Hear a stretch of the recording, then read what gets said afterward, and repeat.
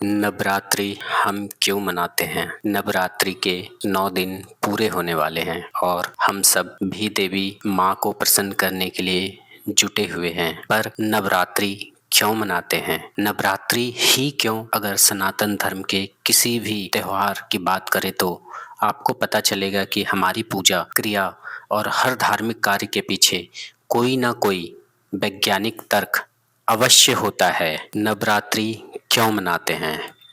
माँ दुर्गा, लक्ष्मी और सरस्वती ये ऐसे 3 परिमाण हैं जो पृथ्वी, सूर्य और चंद्रमा को प्रतीकत्व करती है, जिन्हें हम तमस, राजस और सत्य भी कहते हैं। जिन्हें शक्ति या सामर्थ्य पाने की इच्छा होती है, वे माँ दुर्गा या प्रकृति की पूजा करते हैं। जो लोग पैसा या भौतिक चीजों की इच्छा रखते हैं, वे माँ लक्ष्मी या सूर्य की पूजा करते हैं। जो लोग ज्ञान या सबसे श्रेष्ठ होना चाहते हैं, वे सरस्वती या चंद्रमा की पूजा करते हैं। इन 3 परिमाणों के बिना कोई भी भौतिक वस्तु का होना मुमकिन नहीं है। एक भी कण इन 3 परिमाणों के प्रकृति, ऊर्जा और कंपन से मुक्त नहीं है। इन 3 तत्व के बिना आप किसी भी चीज को एक साथ नहीं रख सकते हैं। उदाहरण, अगर स्वभाव में सिर्फ सत्व मौजूद है और बाकी सारे तत्व नहीं हैं, तो आप यहाँ एक पल भी नहीं रह पाएंगे। अगर सिर्फ तमस मौजूद है तो आप हर समय सोते ही रहेंगे। ये 3 गुण हर चीज में मौजूद हैं। इन तीनों गुणों को नियंत्रण करने वाली देवियों की आराधना हम नवरात्रि के समय करते हैं। 9 दिनों तक ही क्यों मनाई जाती है नवरात्रि? 9 रातों और 9 दिनों को 9 देवियां की आराधना करते हुए नवरात्रि का त्यौहार मनाया जाता है। पर क्या आपने कभी सोचा है कि हम 9 दिन ही क्यों नवरात्रि मनाते हैं? 9 अंक जैन धर्म, बुद्ध धर्म और चीनी मान्यताओं में भी बहुत महत्व रखता है और शुभ माना गया है। सनातन संस्कृति में भी नवरत्न, नवग्रह, नवरस, शरीर के नवद्वार और नवदुर्गा पूजनीय हैं। एक माँ भी अपने बच्चे को 9 महीने तक अपने पेट में रखती है। अब अगर गणित के नज़रिए से समझे तो 9 नंबर पूरे डेसिमल सिस्टम में सबसे बड़ी सिंगल डिजिट वैल्यू है। 9 अंक के सारे गुणक ऐसे हैं जिनको जोड़ने पर हमेशा 9 ही आता है।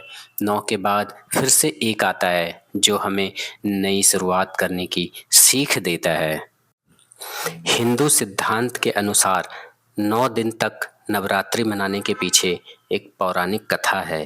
पृथ्वी पर महिषासुर नामक राक्षस का आक्रमण था। राक्षसों के आक्रमण से सर्वत्र हाहाकार मच गया। परेशान होकर सभी देवी देवताओं ने एकत्रित होकर महाशक्ति माँ दुर्गा से प्रार्थना की। तभी सभी राक्षसों के क्रोध से माँ दुर्गा प्रकट हुई और राक्षसों से युद्ध हुआ। माँ दुर्गा के साथ राक्षसों का यह युद्ध 9 दिन और 9 रात तक चला था। 10वीं के दिन माँ दुर्गा ने महिषासुर नामक राक्षस का वध किया और सभी राक्षसों का विनाश किया। तभी से 9 दिनों तक देवी दुर्गा की पूजा करने की परंपरा शुरू हुई। 9 दिनों तक नवरात्रि मनाने के पीछे एक और कहानी है जो भगवान श्री राम से भी जुड़ी है। भगवान श्री राम ने अपनी वानर सेना के साथ लंका में रावण का वध किया था, लेकिन रावण को मारना इतना आसान नहीं था। श्री राम और रावण के बीच बहुत बड़ा युद्ध हुआ। रावण को मारने के लिए श्री राम ने 9 दिनों तक देवी माँ की आराधना की थी। आखिरी दिन यानी 9वें दिन देवी माँ प्रकट हुई और भगवान श्री राम को जीत का आशीर्वाद दिया। जिसके बाद 10वीं के दिन भगवान श्री राम ने रावण का वध किया। तो ये थी कुछ दिलचस्प कहानियाँ जो हमें बताती है कि आखिर क्यों 9 दिन तक दुर्गा पूजा या नवरात्रि मनाई जाती है।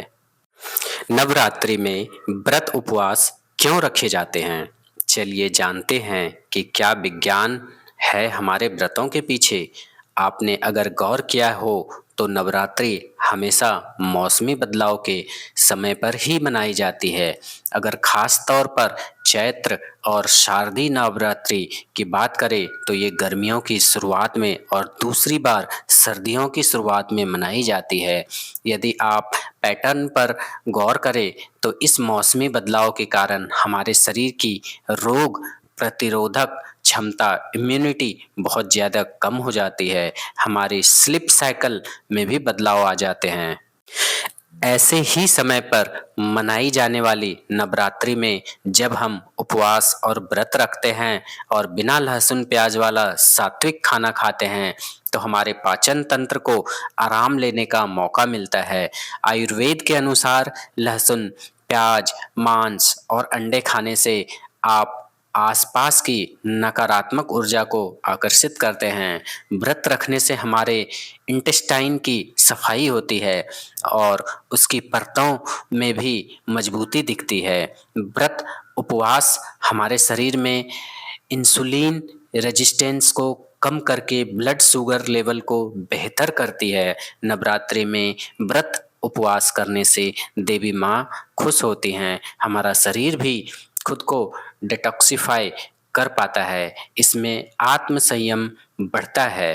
व्रत में सेंधा नमक ही हम क्यों खाते हैं? अगर खाने में जरा सा भी नमक कम या ज़्यादा हो जाए तो पूरा स्वाद किरकिरा हो जाता है।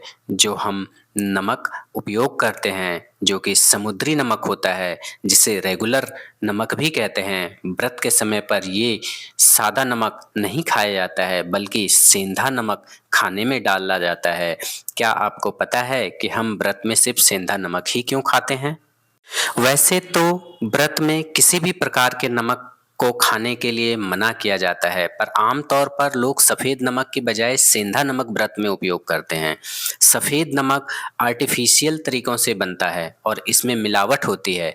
तुलनात्मक दृष्टि से सेंधा नमक प्राकृतिक होता है और इसमें पोटेशियम, जिंक, आयरन, कैल्शियम जैसी लगभग 84 मिनरल्स होते हैं। सेंधा नमक से हमारा ब्लड प्रेशर नियंत्रित रहता है और शरीर का पीएच बैलेंस रहता है और ये हमारे शरीर के सेलुलर मिनरल एब्जॉर्प्शन को सरल कर देता है। व्रत के दौरान हमारे शरीर में ऊर्जा बनी रहे इसलिए सेंधा नमक हमें इलेक्ट्रोलाइट प्रदान करता है। इसके साथ ही सेंधा नमक बॉडी की इम्यूनिटी और मेटाबॉलिज्म दोनों को मजबूत बनाता है। नवरात्रि साल में 4 बार मनाई जाती है। क्या आपको पता है? हम 2 बार तो आमतौर पर मनाते हैं लेकिन 4 बार नवरात्रि मनाई जाती है। नवरात्रि का त्यौहार भारत की बदलती ऋतुओं के साथ साल में 4 बार मनाया जाता है। नवरात्रि को 4 बार मनाने के पीछे प्राकृतिक कारण है। जैसा कि आप जानते हैं भारत में 3 प्रकार के प्रमुख फसल ऋतुएं हैं और इनकी कटाई के समय ही नवरात्रि मनाई जाती है।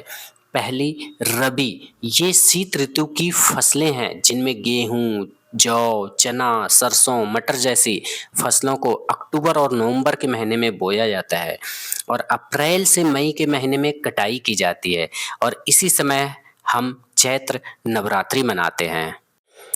दूसरी तरफ खरीफ, जिसमें कपास, मूंगफली, चावल, बाजरा, मक्का जैसी फसलों को जून और जुलाई के महीने में बोया जाता है और अक्टूबर और नवंबर के महीनों में कटाई की जाती है और इसी समय हम मनाते हैं शारदीय नवरात्रि।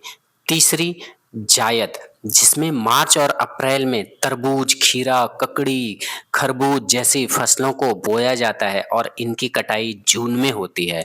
तब हम मनाते हैं आषाढ़ नवरात्रि। चौथी नवरात्रि, अब कुछ ऐसी हरी सब्जियां जैसे पालक, गाजर, मटर तो रबी की ही फसलें हैं लेकिन इन्हें सितंबर अक्टूबर में बोया जाता है और जनवरी के आसपास काट लिया जाता है।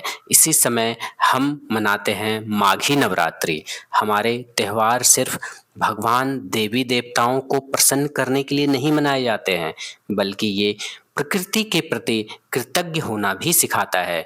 इन 4 नवरात्रि में हम देवी माँ और प्रकृति माँ दोनों का आशीर्वाद प्राप्त करते हैं।